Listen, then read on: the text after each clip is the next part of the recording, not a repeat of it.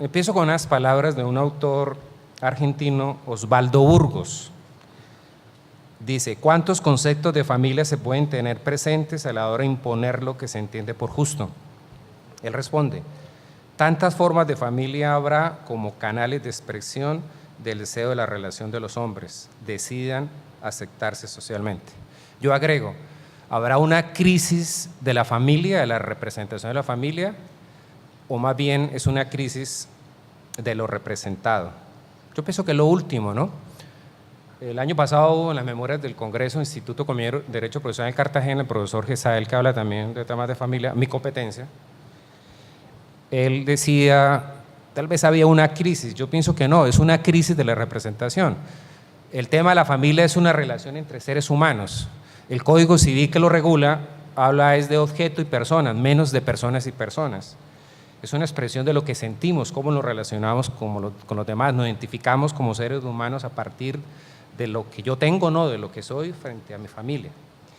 Entonces el Código General es una tarea buena, pero también comete errores y voy a tratar de ser objetivo. En la presentación que tengo, pues ahí está el resumen de algunas normas y empiezo por el tiempo a hablar muy rápidamente de algunas, porque quiero hablar en particular de unas muy importantes. Bueno, ¿qué hace el Código de bueno? Hay muchas normas dispersas en materia de derecho de familia procesales. Entonces, las incorpora el Código General. Eso es una tarea adecuada. Entonces, por primera vez tenemos en el Código el manejo del tema de la jurisdicción y la competencia. Todo ese tema está incorporado. Derogaron el decreto 2272 del 89 y otras disposiciones procesales, y hoy básicamente es un código unitario que maneja las disposiciones referidas al derecho de familia. En ese tema derogatorio, algunas expresiones para mí cometieron errores, como derogar todo el decreto 2272 del 89, derogando de paso normas que habían derogado o modificado ciertas disposiciones y quedaron con ausencia de disposición legal. No hay tiempo para decirlo, pero mencionaré algunas. Ahora, en el manejo de jurisdicción y competencia, si quiere avanzamos, el código tiene aciertos, pero tiene unos errores que para mi gusto son preocupantes. Y aquí, pues, se me fueron los dos compañeros miembros del instituto, no sé qué pasó, pero, por ejemplo, aquí yo manejo algunas disposiciones que en el libro de los sujetos procesales se señala que conoce el juez de familia en primera instancia, pero cuando uno va al libro tercero, los ubica como procesos verbales sumarios, y los periodos verbales sumarios son en única instancia. Hubo como un cortocircuito. Y entonces hoy los tribunales, los jueces están debatiendo qué tipo de procedimiento voy a imprimirle, si es un verbal sumario, y si el juez lo conoce en única o primera instancia. Sobre ese tema, porque no se trata de criticar, sino también de aportar, me parece que por prelación constitucional e inclusive el título preliminar del Código General, el artículo 9, debe dársele una primera instancia a esos trámites que básicamente son sancionatorios, como el tema de la patria potestad, su privación, su suspensión, el restablecimiento, la remoción del guardador, la privación de la administración de los bienes del hijo y los procesos a partir de incapacidades de inhabilitación de las personas naturales. Eso ha generado polémica, pero bueno, no puedo quedarme en ellos. ¿Qué avanzamos? Bueno, y todo este tema, entonces estructuraron muy bien el manejo de la competencia funcional, de la competencia territorial, la competencia en primera única instancia, asignaron asuntos a los jueces civiles de circuito o municipales civiles, no solamente residualmente en ausencia de juez de familia, sino aspectos específicos, y se reubicaron ciertos procesos que antes eran única en primera. Eso no tiene mayor importancia, pero obviamente hay que saber. Avancemos a cosas más importantes. Bueno, esta norma es fundamental. Son los grandes aciertos del Código General. Les cuento la historia. ¿Qué ocurría? Fallece una persona que al momento de su muerte tenía definido respecto de otras personas su condición de padre, o sea, su relación filial, pero respecto de algunas personas no. Es decir, miremos lo contrario. Había un muchacho menor de edad que no tenía definido su estado civil frente a su padre porque no se aplicó la presunción de paternidad a partir de la fidelidad que se le impone a las mujeres casadas en unión marital hecho declarada, ni tampoco hubo un reconocimiento formal o voluntario de la condición de padre. Entonces, tiene que emprender un proceso, por ejemplo, de investigación de la paternidad, con el tema que le acecha de una caducidad a partir de la muerte, que son 2 años para demandar, y que los efectos de filiación tengan efectos patrimoniales, es decir, para que reconocido como hijo tenga la posibilidad de reclamar los derechos patrimoniales en la sucesión de su papá. Resulta que teníamos un grave problema, y es que la Corte Suprema de Justicia interpretaba las normas del Código de Procedimiento Civil de una manera desafortunada y señalaba que en esos procesos, como los efectos de filiación son erga omnes, es decir, si yo demuestro que soy hijo del muerto y demando solamente a uno de sus hijos definidos, pues lo seré no solamente él, sino de todos los hermanos. Pero los efectos patrimoniales eran interpartes, porque si dejé aquí en la mesa de demandar a 3, 4 que hay acá, yo ya ni veo, los efectos de filiación será frente a todos, pero solamente patrimoniales frente al que demandé. Cité o lo oyeron, lo vencieron en juicio. Y entonces se pretendía que cuando yo demandara a los herederos de una persona que falleció en proceso de filiación, los efectos sin distinguir de estado civil y patrimoniales fueran erga omnes, a partir del emplazamiento y la vinculación de todos al proceso. Y la Corte decía no, necesariamente los efectos patrimoniales son interpartes y tienen que citarlos como personas determinadas al proceso. Eso me parecía absurdo. El Código General acabó con esa interpretación y en forma positiva estableció en estas disposiciones, especialmente el artículo 87, que en los procesos declarativos o ejecutivos que se adelante contra los herederos de una persona que falleció, pues yo puedo demandar a determinados más indeterminados, solamente indeterminados, y tendrá efectos respecto de todos. En ese orden de ideas yo puedo demandar a las personas que conozco, si ya hay sucesión abierta, a los que aceptaron, los asignatarios que aceptaron la herencia, el legado o su llamado como herederos, y también a indeterminados. Entonces, en conclusión, lo tenemos que avanzar. Hoy se puede demandar solamente a indeterminados o a determinados más indeterminados y tendrá efectos contra todos los vinculados en el emplazamiento, no solamente de estado civil, sino patrimoniales. ¿Listo? Bueno, avancemos. Esta misma norma lo dice el artículo 303, mire. En los procesos que se emplace personas indeterminadas para que comparezcan como parte, incluidos los de filiación, la cosa juzgada surtirá efecto en relación con todas las personas comprendidas en el emplazamiento. Este es otro gran tema. Aquí amerita, yo también le echo la culpa a la doctora Ani, que le dije, me juntó los temas, dijo, no, hable de todo eso rápido ya. Yo estoy cumpliendo, las mujeres mandan y yo he aprendido con los años que debo obedecerles. Y entonces, el tema de la interrupción de la prescripción, inoperancia y la caducidad de la Constitución en mora. A ver, lo llevo a otro lugar. Supongamos que alguien fallece, ¿cierto? Y yo soy hijo del causante, pero aquí ya se me fue uno, entonces tengo 4 hermanos más. Pero se nota la diferencia, ellos tienen plata, yo no necesitan de los bienes de mi papá, no les ha interesado. Pero lo dicen, pero no lo materializan. Entonces yo inicio el proceso de sucesión. La apertura ocurre con la muerte de la persona y la apertura sucesoral, el proceso con la presentación de una demanda. Y digo, mire, tengo 4 hermanos y aporto la prueba de esa condición y indico la dirección donde los puedo ubicar. Y en la norma señala, si yo les notifico el auto de apertura del proceso sucesoral de forma personal o por aviso, constituye esa notificación un requerimiento, uy, esto suena duro, pensé que no, para que acepten o repudien la herencia. Si guardan silencio, se entienden que repudia, y si repudia no pueden impugnar la partición. Muerte a los procesos de petición de herencia. Buenísimo.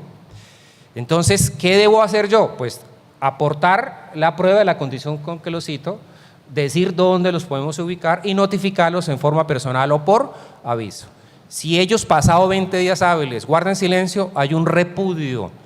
Yo litigo poco, pero litigo, y en Bogotá recientemente una asociación que llevo, requerimos a 2 herederos y acudieron tardíamente y se entiende que repudia, pierden no su condición de hijos, sino su vocación hereditario, clausurándose su intervención en el proceso y la posibilidad de impugnar la partición a través de petición de herencia. ¿Está claro? Muy buena norma. Ahora, ¿eso es novedoso? Para nada. Eso viene del derecho romano. No voy a explicar ese tema. Pero quiero decir que sí es moderno, es muy ágil la forma como se hace el requerimiento hoy, con base en el Código General de Proceso. ¿Cuál es la disposición?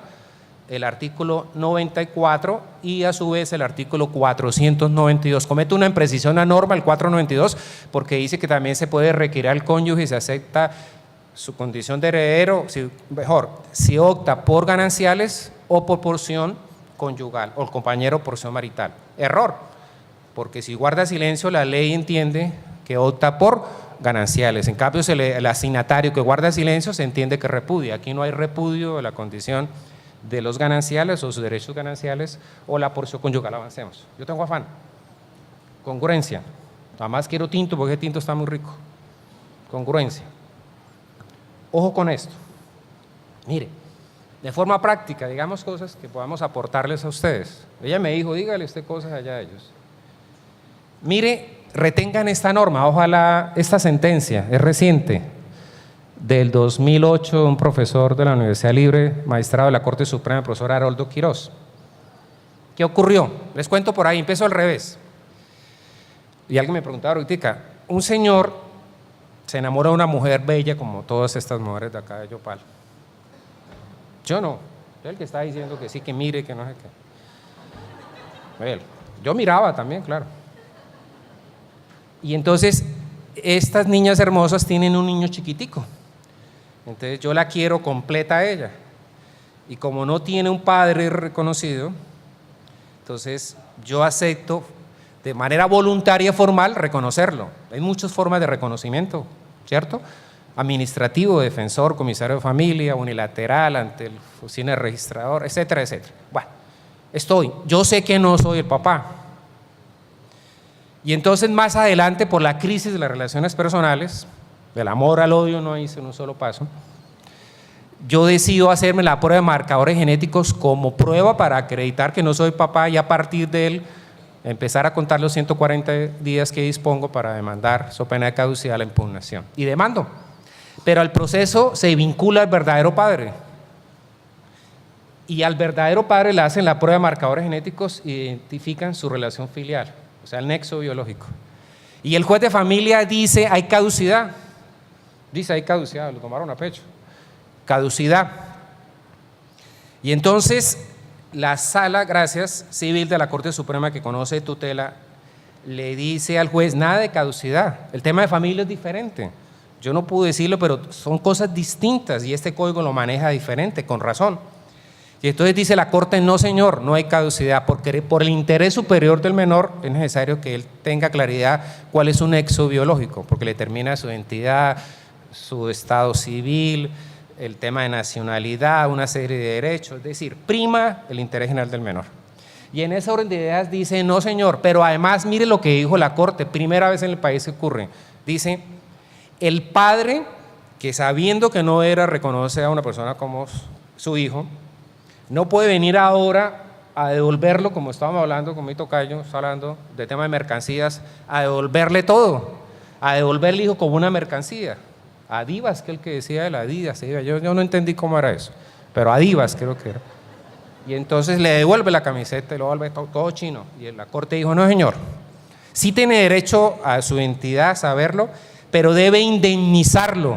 Primera vez que en el país, tomando el derecho comparado y la jurisprudencia del derecho comparado a Colombia que se puede aplicar. Y entonces mediante esta sentencia le indica al juez civil, el juez de familia, que deben sancionar, o mejor, debe ordenar una indemnización de perjuicios al menor por el desprecio que hace el presunto padre cuando lo devuelve sabiendo que no lo era. ¿Estamos? ¿Con base en qué disposición? Artículo 281 del Código General, parágrafo, que permite que en los procesos de familia el juez pueda fallar ultra y extra petita. Ejemplos muchos podría dar. Casi aquí mucha gente, es otra cosa que yo quiero decirle, no estoy echando vainas. El derecho de familia es tan particular que todo el mundo cree que sabe de familia y nadie se niega a litigar en familia. Y como toda especialidad hay que saberla. Entonces se le olvida mirar los certificados de libertad de tradición en los procesos de la crisis del matrimonio, divorcio por ejemplo, y no sabe que es una afectación a vivienda familiar o un patrimonio de familia. Y entonces no solicita su desafectación. Hoy, con base en el Código General, el juez le puede hacer la tarea, puede fallar extra petita por la redacción de la norma para hacer una protección integral de la familia, de la pareja, y evitar prevenir controversias futuras de la misma índole. Pero una cosa, no dejemos que no hagan la tarea los otros, sino hagámosla. Sepamos que hay que pedir y redactar las demandas adecuadamente. Esta norma me parece maravillosa y con el ejemplo que estoy dando la están aplicando los jueces. Bueno, esto rápidamente. En recursos hubo modificaciones. Es una mirada panorámica ahí del código. Entonces, en recursos, ustedes recuerdan que hoy la apelación se otorga en efecto devolutivo. Implica que la decisión se cumple y el superior recibe el original o las copias. Bueno, eso no importa, ahí me enredé, pero ustedes no dieron cuenta. Y entonces la norma dice que ciertas sentencias la apelación se otorga en efecto suspensivo, especialmente las referidas al estado civil de las personas, pero agrega: si es efecto devolutivo no hay entrega de dinero, salvo que sean procesos de alimentos. ¡Qué enredo tan tenaz! Yo escribí un artículo recientemente sobre el tema y decía, además enredado, casi que sería inútil, porque los procesos de alimentos son verbales sumarios y no habría segunda instancia y no habría apelación. Sin embargo, sí tiene importancia la norma porque al interior de ciertos procesos que se te adelantan en primera instancia puede haber regulación de alimentos, como serían los procesos de divorcio, por ejemplo, separaciones de cuerpos, nulidad, cesación de efectos civiles, no respecto a los propios cónyuges, que lo podría haber, sino los hijos. Entonces, en ese orden de ideas, la norma señala, en conclusión, que esa apelación de sentencia en efecto suspensivo no impide la entrega de los dineros. En materia de casación, creo que está más adelante, el recurso de casación, ¿pasamos? De casación, perdimos, no sé si ustedes dieron cuenta, no me estoy refiriendo a la alegría que nos generó Mina con el empate a Inglaterra y luego la excepción de los penaltis, sino perdimos la posibilidad de ir en casación por los procesos de liquidación que básicamente se daban en las sucesiones por causa de muerte. Y en el tema de la posibilidad que las sentencias de segunda instancia de los tribunales puedan ir en casación, solamente se da en temas de estado civil por la investigación o impugnación de la paternidad o en los temas de la unión marital de hecho, o sea que se reduce como estaba antes y perdimos todos los procesos de liquidación, entre ellos los procesos, por ejemplo, de sociedades conyugales o sociedades patrimoniales avanzadas. Me parece que eso es inadecuado. Y ahora sí empezamos con lo bueno. Los procesos declarativos. Bueno, todos sabemos acá la reforma, algunos resaltan unas cosas, yo pienso que es positivo que tengamos un proceso por audiencia, donde haya concentración, inmediación, fallo inmediato, utilización de las tecnologías, todo eso no vengo a decir. Entonces, vamos a empezar a hablar de algunas disposiciones especiales, empecemos con el artículo 386, daría para la charla. Bastantes y importantes reformas del artículo 386, muchas, rápidamente, no sé si las cogemos. Primera, todavía tenemos el rezago de las causales de presunción de paternidad que requieren declaración judicial de la ley 45 del 36, reformada por la ley 75-68. ¿Qué es eso?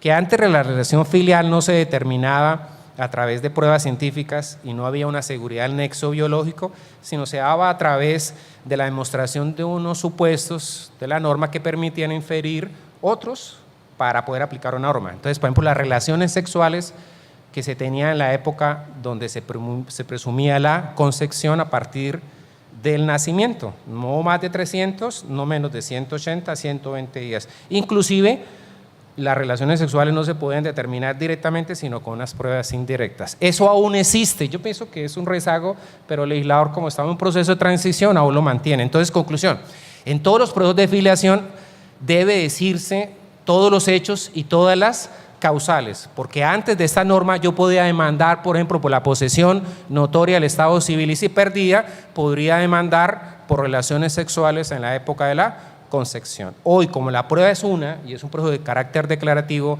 y la prueba es muy científica, en ese orden de ideas, entonces el legislador exige que no pueden haber más procesos sobre un hecho y sobre esa decisión está edificada la cosa juzgada. Pero recuerden que en materia de familia es tan curioso que inclusive la cosa juzgada no sirve en pruebas de filiación. Eso lo ha dicho constantemente la Corte Constitucional, la Corte Suprema de Justicia, pero por ahora las causales. Pero hay reformas más importantes. El tema de la prueba biológica, del nexo biológico, la prueba de marcadores genéticos, del ADN. Pues montamos una filiación a partir de esta prueba. Básicamente la norma está edificada con ello. ¿Y qué trajo como novedad? Dijo, en todo proceso de filiación, investigación e impugnación hay que practicar una prueba de marcadores genéticos. So pena de nulidad si no se practica. Y para poder practicarla, porque la persona es renuente, porque el que la debe la teme, el legislador se basó que la renuencia injustificada constituye una presunción de paternidad. Y entonces, la señora demanda y le dice a su hijo, dentro de 20 días hábiles ya tenemos papá, le dice, como estábamos contando para el partido del mundial, la inauguración, y pasan 18, 17, ya casi tiene papá. Y faltan 2 y va al juzgado y dice, no contestó, tiene papá. El legislador dice, la prueba se practicará, pero si el demandado no se opone, ya tiene papá. Y si se opone y si no se deja practicar la prueba, ya tiene papá, presunción. Y si deja practicar la prueba y dice que sí y no la objeta, ya tiene papá, o sea, por todos lados va a tener papá. Así está la norma. Y eso que dicen los autores que fue suave, porque Perú es un proceso monitorio. Entonces, conclusión, está montado sobre la prueba de marcadores genéticos. Si no hay contradicción a la demanda, sin necesidad de prueba, salvo una impugnación de menores. Si lo controvierte y no se deja practicar la prueba, presunción. Y si se deja practicar la prueba y es de inclusión y no la objeta, hay papá. Bueno, hay una cosa. Yo aquí no la puse, se me olvidó. En Bogotá está ocurriendo lo siguiente, pilas. La redacción del artículo 386, por acá lo tengo, señala que si el juez debe decidir sobre, ¿esta vez? Sí, cuando tenga que decidir sobre patria potestad, visitas, custodia, alimentos, guarda, agotado el tema de la prueba pericial, deberá practicar pruebas en audiencia para fallar. ¿Qué ocurre? Se están generando nulidades y no solamente en Bogotá, sino en todo el país se deben generar. Ojo a los que son jueces de familia o litigan en familia. Les coloco el ejemplo. Si yo demando a alguien y le digo usted el papá del pelado, el artículo 62 permite que si lo declaran padre, nazca con deberes y obligaciones, pero no con derechos. Estos últimos se aglutinan en una institución que ¿se llama cómo? Estoy haciendo examen. ¿Cómo se llama? ¿Cómo se llama los derechos que tenemos los padres? Patria potestad. Listo, derrajaron. Patria potestad, patria parental. Entonces, conclusión, si el juez va a privar en la patria potestad al papá, que lo va a declarar como tal del hijo, no lo puede hacer con sentencia anticipada. Debe convocar audiencia, practicar las pruebas y decidir con sentencia de fondo. Entonces, en Bogotá, algunos jueces, aplicando la norma ciegamente, están dictando sentencia anticipada en eventos como los siguientes. El señor se opone a la filiación, se deja practicar la prueba es de inclusión, no la objeta y dictan sentencia. Decretan alimentos y privan de la patria potestad. Error. ¿Por qué razón?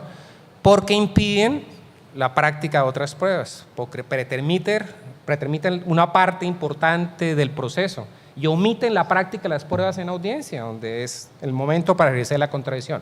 Entonces, en ese orden de ideas, esa norma tiene un error en la redacción, o tal vez no la tiene, sino el verdadero entendimiento es que los jueces, si decretan alimentos, deben ser con base en las presunciones que un buen padre de familia gana un salario mínimo, pero para tomar decisiones sobre custodia, cuidado personal, régimen de visitas y especialmente privación de la patria potestad, el proceso no puede culminar con sentencia anticipada. Y otra norma muy importante, me demoré mucho en ello. Hoy, cuando uno habla de alimentos, dice es un triángulo, ¿no? Eso no tiene pinta de triángulo, pero bueno, digamos que sí. Entonces, capacidad, necesidad y el vínculo. Resulta que sin vínculo pueden ordenarse alimentos provisionales. ¿Cuándo? Filiación. ¿Qué dice la norma?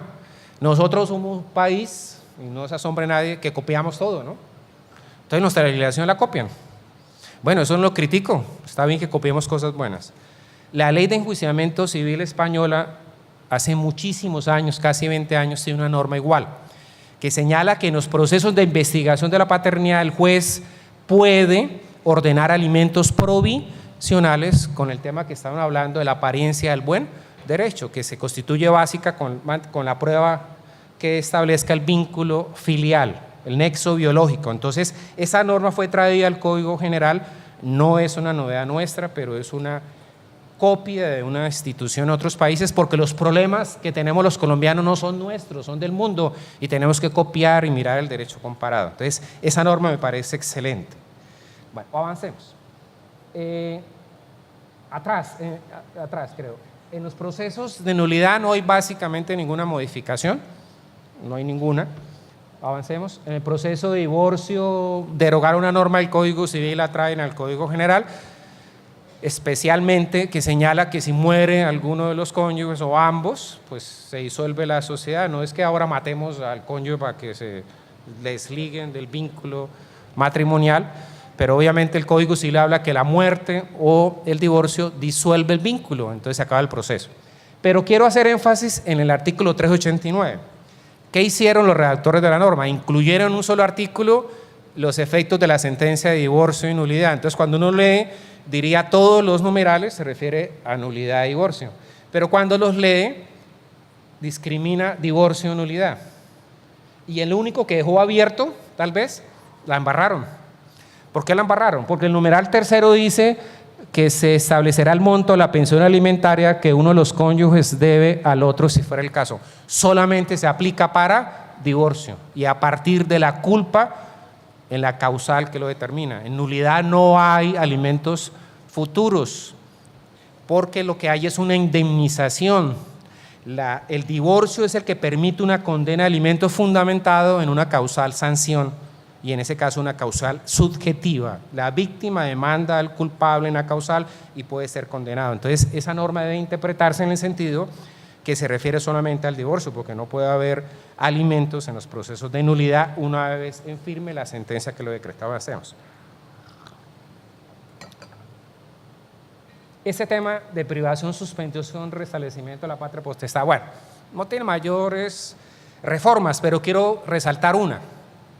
A mí me parece, y lo digo con toda sinceridad, que modificamos los códigos 30, 40 años y hacemos reformas muy tibias y no hacemos las reformas integrales. Doy un ejemplo, que ahora el matrimonio ante los jueces civiles no requiere los testigos declarantes y los presenciales igual que el matrimonio ante notarios. Tontería, un juez casando gente, tras que eso es algo malo que se casen, el juez ¿por qué se dedica a eso? Entonces debieron haber derogado la norma que autoriza que eso hágalo ante allá, religión o ante el notario. Entonces acá esta norma hicieron una reforma tibia, pues rico, agüita tibia, pero más calientica mejor. ¿Qué hicieron? Artículo 395. Dijeron que cuando se priva al padre de la administración de los bienes de su hijo, hay varios procesos: privación definitiva, suspensión indefinida, restablecimiento de la suspensión, remoción del guardador y privación de la administración. Sobre esto último, el legislador dijo que el nombramiento de un administrador de bienes del hijo una vez ejecutada la sentencia se hará, que es un curador, mediante incidente. Yo diría, bueno, está bien, no una vez con la sentencia. Alguien me dirá difícil porque, bueno, pero esa misma norma no existe cuando al papá lo privan o a la mamá lo privan o lo suspende la patria potestad. La patria potestad se ejerce por ambos padres y en caso de ausencia de uno, el otro la ejerce plenamente. Pero si uno está muerto y el otro le privan, el menor de edad necesita un guardador. La ley 1306 de 2009 lo señala. Y el nombramiento de la guarda, la norma lo dejó abierto, entonces nos toca iniciar un proceso de jurisdicción voluntaria, ni siquiera ante el mismo juez que privó la patria potestad. Debieron haber indicado que esa norma se aplica no solamente privación de la administración, sino privación de la patria potestad de la suspensión. Sin embargo, la analogía se va a aplicar y es una regla que aparece en el título preliminar. Yo propongo que se aplique la analogía. Ahora, mire el error que cometieron. Tiene aciertos, pero críticas. Hacemos la norma. ubicaron esos procesos como verbales sumarios, yo ya lo había dicho, pero lo asignaron a la competencia del juez de familia en primera instancia. Este es un ejemplo de ellos. El siguiente, inhabilitación de las personas con discapacidad mental relativa.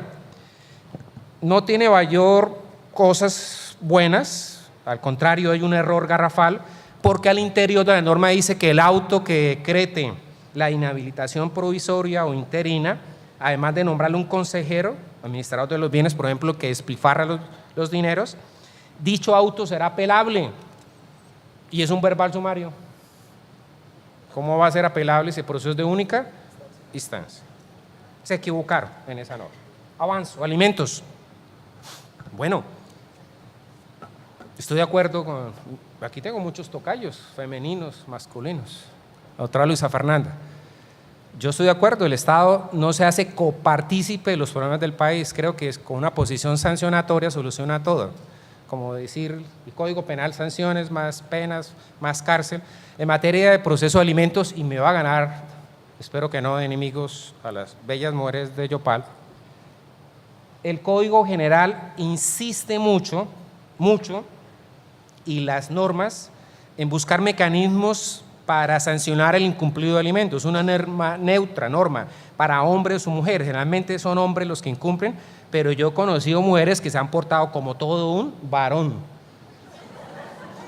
son infieles, dejan al otro por uno más joven, no le dan alimentos al chino, y lo dejan al otro, como todo un varón.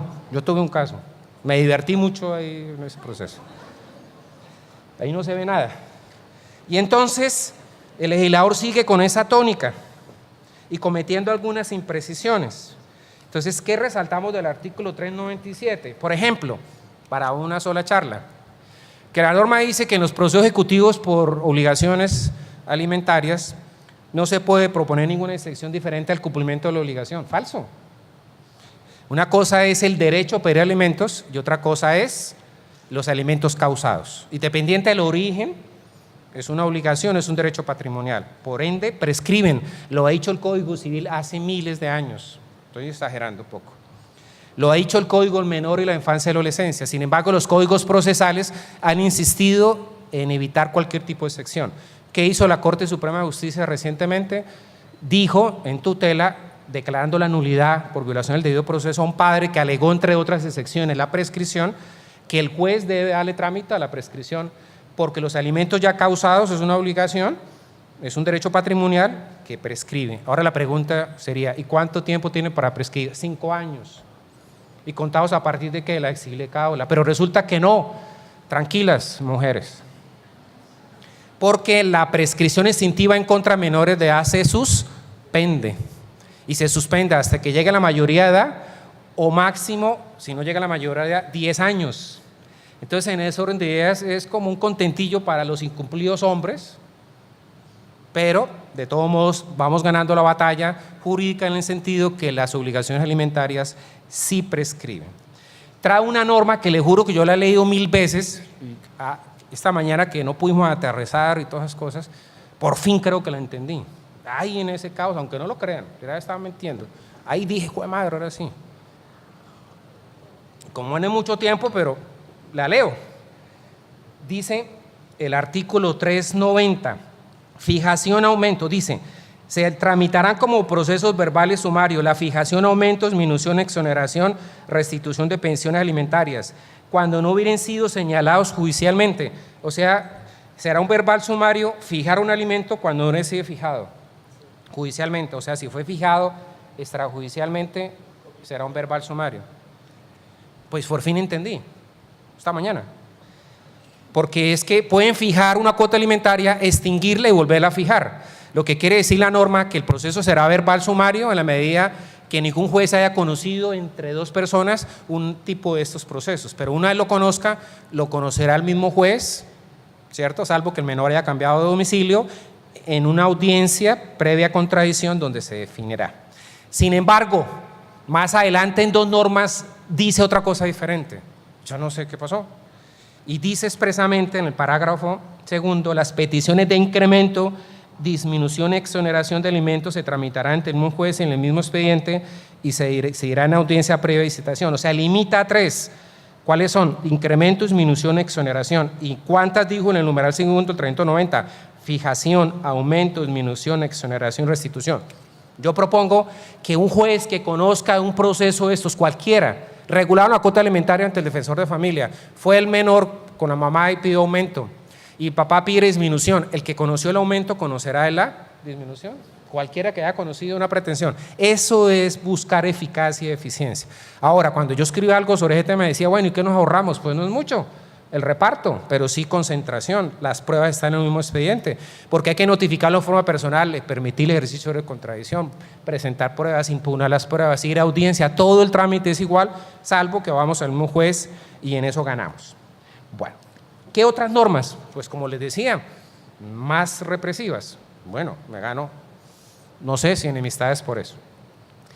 Pero, por ejemplo, las medidas cautelares que traía el Código General las trajeron al Código, que traía el Código de la Infancia y Adolescencia, las trajeron al Código del Menor, con una norma especial, y diciendo la norma, ya dictada sentencia en los ejecutivos, no se podrá levantar ninguna cautela hasta tanto el padre o la madre no garantice el pago de las obligaciones alimentarias por 2 años. Yo tuve un amigo muy querido de la universidad que lo demandaron, hay un error que tuvo, y debía como 70 millones de pesos y vendió todo para liberarse porque le tienen embargado el sueldo. Y no me escuchó bien, le dije, pues necesitamos otros 70 millones porque tiene que prestar garantía por 2 años futuros. Y el señor lloraba y yo lloraba con él, me acuerdo, porque lo vi tan triste y dijo, ¡ay madre! Tenemos normas de ese tipo que tienen alguna razón, ¿no? Porque yo inicio ejecutivo y le pago y termina, levanto medidas y mañana otra vez prestaciones periódicas, incumple y otra lo demando, pues el legislador dijo, seamos serios, y lo demandaron ejecutivamente. La forma de levantar las cautelas será con la garantía que se preste en el pago de la obligación. No hablo más, pero hay muchas cosas por decir. No es cierto que los ejecutivos por alimento, las medidas cautelares tengan prelación de embargos, tienen es prelación de créditos. La prelación de embargo está fundamentada en un derecho que emana de las acciones reales, que es el derecho de persecución y preferencia. Los acreedores hipotecarios o prendarios tienen preferencia en los embargos y los acreedores por alimentos tienen prelación en sus créditos, son instituciones diferentes. El código se equivoca de decir que un ejecutivo nadie lo puede tocar ni mirar y es falso. Si persigue un bien grabado con hipoteca lo podrá embargar, pero el acreedor, como está en riesgo su garantía, inicia la ejecución y lo desplaza en el proceso de la medida cautelar. Ahora, en el momento que haya plata, cuando se remate el bien, pedirá la liquidación actualizada y se pagará en la forma y en el orden que establece el legislador. Entonces ahí hay errores en la redacción de la norma, duro lo voy a decir, propias a veces cuando se maneja el procesal sin mirar el derecho sustancial. Bueno, avancemos. ¿Qué voy yo? Ah, sí, sí. Me dicen el tiempo. Más. ¿No avanza? Listo. Unión marital de hecho. ¿Qué tiempo me queda? Bueno, no alcanzo nunca. Yo le dije que le iba a decir aquí en público que no podía. Pero bueno, miren, no me voy, si me acaba el tiempo, miren la última sentencia que está ahí. ¿Estamos? Yo voy a dictar una conferencia próximamente solamente sobre esa sentencia, importantísima. Venga, les cuento la historia. Esta historia tenía un final triste para algunos, dirán, oh, pero hoy va a ser más suave. ¿Qué ocurre? 2 personas viven en unión marital de hecho. Y entonces compran una casa bajo la vigencia de la sociedad patrimonial, que hay unos requisitos, 2 años, recuerda, de convivencia sin preexistencia de ninguna sociedad anterior, o si la había disuelta o no más, que son las 2 sentencias que anteceden a esta. Bueno, ¿y qué ocurre? Adquieren la casa y el padre Chucho, ¿saben qué es el padre Chucho? Está preocupado porque están en el infierno, ¿cómo así que no se casan? Y los convencen para que se casen, ya hacen un matrimonio colectivo, no de un señor con varias señoras, sino un señor con una señora, otra señora con otro señor, casan, es verdad. Y entonces los salvó del infierno, pero jurídicamente los dejó en la tierra con un infierno jurídico. ¿Cuál es el infierno jurídico? Que el bien está a nombre del Señor y se casan, y entonces siguen casados. A mí me consultaba una señora, y después casados, ese es un sinvergüenza, todo eso que dicen. ciencia ficción de los hombres. Ah, que infieles, que comen mucho fuera de la casa, causal primera de divorcio. Y entonces, y tenemos un montón de bienes, etcétera. Y cuando uno va a mirar, el bien fue adquirido antes, no ingresa a la sociedad. Pero ella me dice, sí, pero es que yo vivo con él hace 20 años, sí, pero se casó hace 3.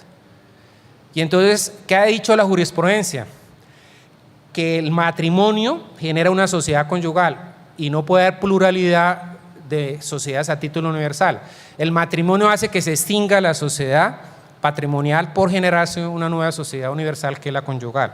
Y entonces a partir de ello tiene un año para demandar la disolución, declaración de disolución, liquidación. Y el señor la lleva a San Andrés Isla, la lleva obviamente al hoyo soplador, ¿sí o no? El luna de miel.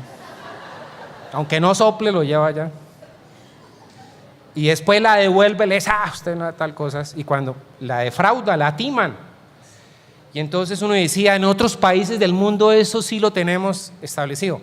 Aplauso a la Corte Suprema de Justicia, mire. Se pronunció con sentencia STC 7194, está en ley y se consigue, y dijo en síntesis, los compañeros permanentes, sin existir solución de continuidad, se casan, el matrimonio no es causal de disolución, liquidación de la sociedad. Y dijo más, no hay prescripción porque en la sociedad no es que coexistan, sino precede uno al otro y se transforma, y los bienes se entienden incorporados. ¿Entendimos o no? Eso amerita una charla, porque son regímenes diferentes y habría que mirar qué se tiene el tema de gananciales, con sentencias de la Corte Constitucional absurdas que diga que entre los compañeros no hay gananciales. No le crean a todo mundo el que habla, y menos a veces a las Cortes, sobre todo a la Corte que mete en todo. ¿Se quedó sin batería? Bueno, ¿me dicen que acaba el tiempo o no? ¿No acaba nunca? Bueno, no soy muchísimo acá.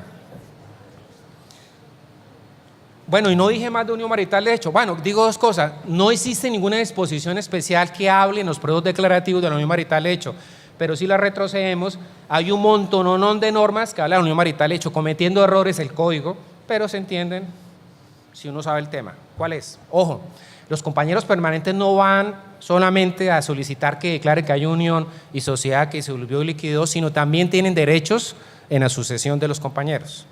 ¿Estamos? Y acuden no solamente como socios para repartir los gananciales, sino también tienen vocación hereditaria y tienen derecho a porción marital de compañeros permanentes. Y entonces, en una norma el código exige que con la demanda, si es compañero permanente, acredite su condición total y de la existencia de la sociedad patrimonial. Error. Porque yo puedo ir como compañero permanente sin sociedad, pero a reclamar la porción marital.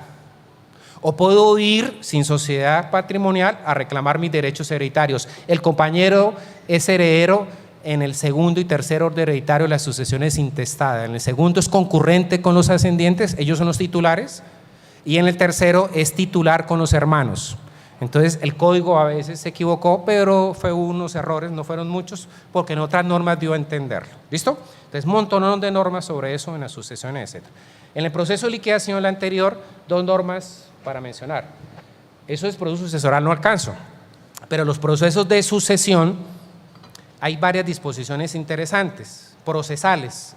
Esta, el artículo 523, dice la norma, yo explicaba esta norma en una charla que dictaba, que eso era como el gol que hizo James en el mundial anterior contra Uruguay, la paró de pechito, la puso adelante, le pegó un zurdazo a Rincón y le ganamos, un golazo.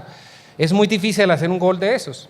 Y entonces la norma exigía que si yo tomo medidas cautelares en un proceso de divorcio y en el proceso de liquidación que se adelanta a consecuencia de la disolución de la sociedad, pretendo que las cautelas se mantengan vigentes, tenía que iniciar el proceso en tiempo, que se dictara auto admisorio, que se notificara el demandado en forma personal, mejor dicho, era imposible y si no las medidas cautelares se levantan. Entonces la norma hoy redujo todas esas exigencias y señala en el artículo 598 y en el 523 lo siguiente, que si yo inicio el proceso dentro de los 10 días siguientes, ¿qué es lo que dice ahí? El juez ordenará correr traslado de la demanda. Bueno, esa no, la siguiente. Esta. Cuando se trate de liquidación de subconyugal por sentencia de nulidad proferida, bueno, no miremos esas cosas. ¿Qué dice la norma? Dice, Si usted inicia la demanda entre los 60 días siguientes, basta para que se mantengan las medidas cautelares. Y si además lo inicia entre los 30 días, no 60 sino 30, el auto admisorio se notifica por estado. Rápido. Se dicta divorcio, corro 30 días, presento la demanda de liquidación, notifico por estado el auto admisorio y si la presenté antes de 60 días, mantengo las medidas cautelares. Y otra reforma en esto y termino con esta parte. 3 cositas. Resulta que las sentencias proferidas por los jueces eclesiásticos, que en nuestro país solamente las puede proferir el tribunal eclesiástico en tratándose de matrimonios celebrados por el rito católico, requieren una homologación por el juez colombiano. Y en ese orden de ideas habría que iniciar siempre un proceso para quitar a sentencia de homologación, ordenar su inscripción y registro.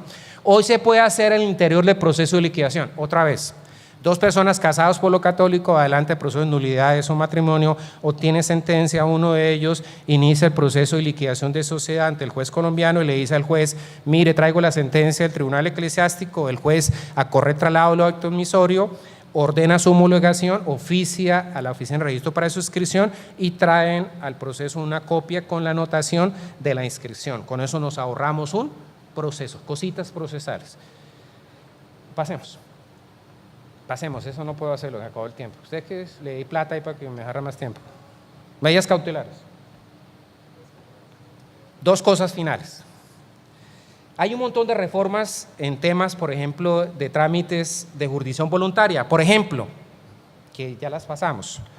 Las licencias para pedir la autorización de la venta de un incapaz se puede hacer ante los notarios. Por ejemplo, el artículo 617, ya lo pasamos, dice que los cónyuges podrán, si fueron compañeros permanentes, declarar que una sociedad patrimonial no disuelta y liquidada permite ingresar bienes al haber de la sociedad. Esa redacción que la estoy inventando no es esa.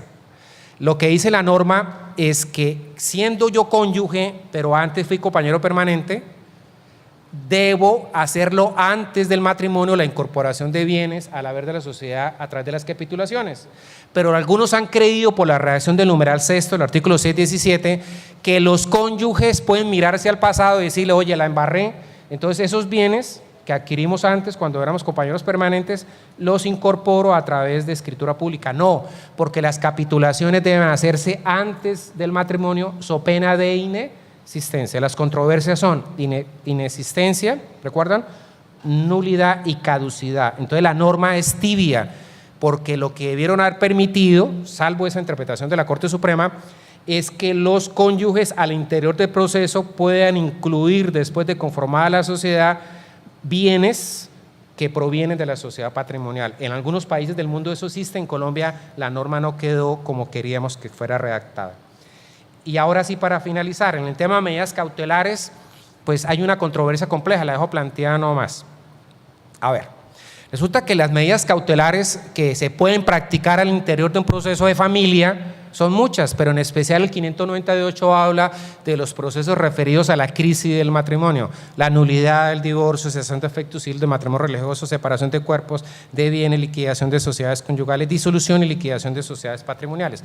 ¿Qué tiene de bueno la norma? Incluyó la sociedad patrimonial. ¿Qué quiere decir ello? Que si yo voy a adelantar un proceso de declaración de existencia de unión marital, de sociedad patrimonial y de liquidación, puedo pedir el embargo y secuestro. Los bienes solamente que tenga el demandado, sino también el demandado que tenga el demandante y sean sociales. La norma establece una prelación de las cautelas cuando persigue el mismo bien en proceso ejecutivo, obvio, porque la intención de la cautela en ese proceso es asegurar que el titular del bien no pueda disponer de él, pero si hay un acreedor que lo persiga, prevalece y desplaza este embargo. Y en ese orden la norma nos señala que si hay sentencia se acaba la prelación, no sé si lo expliqué bien, otra vez lo intento y finalizo.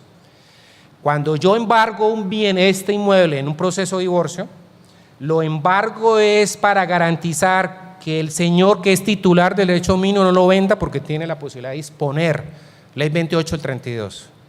Y si a él lo persigue un acreedor y pide el embargo posterior, desplaza el embargo practicado en el proceso de divorcio. Pero una vez se dicte sentencia en el proceso de divorcio, desaparece la prelación del acreedor que persigue el bien. ¿Por qué razón? Porque cuando la sociedad se disuelve, ya el bien no pertenece al cónyuge en su gestión y administración, sino pertenece a la sociedad. Y por ende tiene que iniciar el proceso ejecutivo independiente, perseguir lo que responda a gananciales y lo mejor, y ahí finalizo y es mi posición, incorporarse al proceso de liquidación para hacer valer su crédito antes de la firmeza del auto de inventarios avaludos. Muchísimas gracias por la invitación.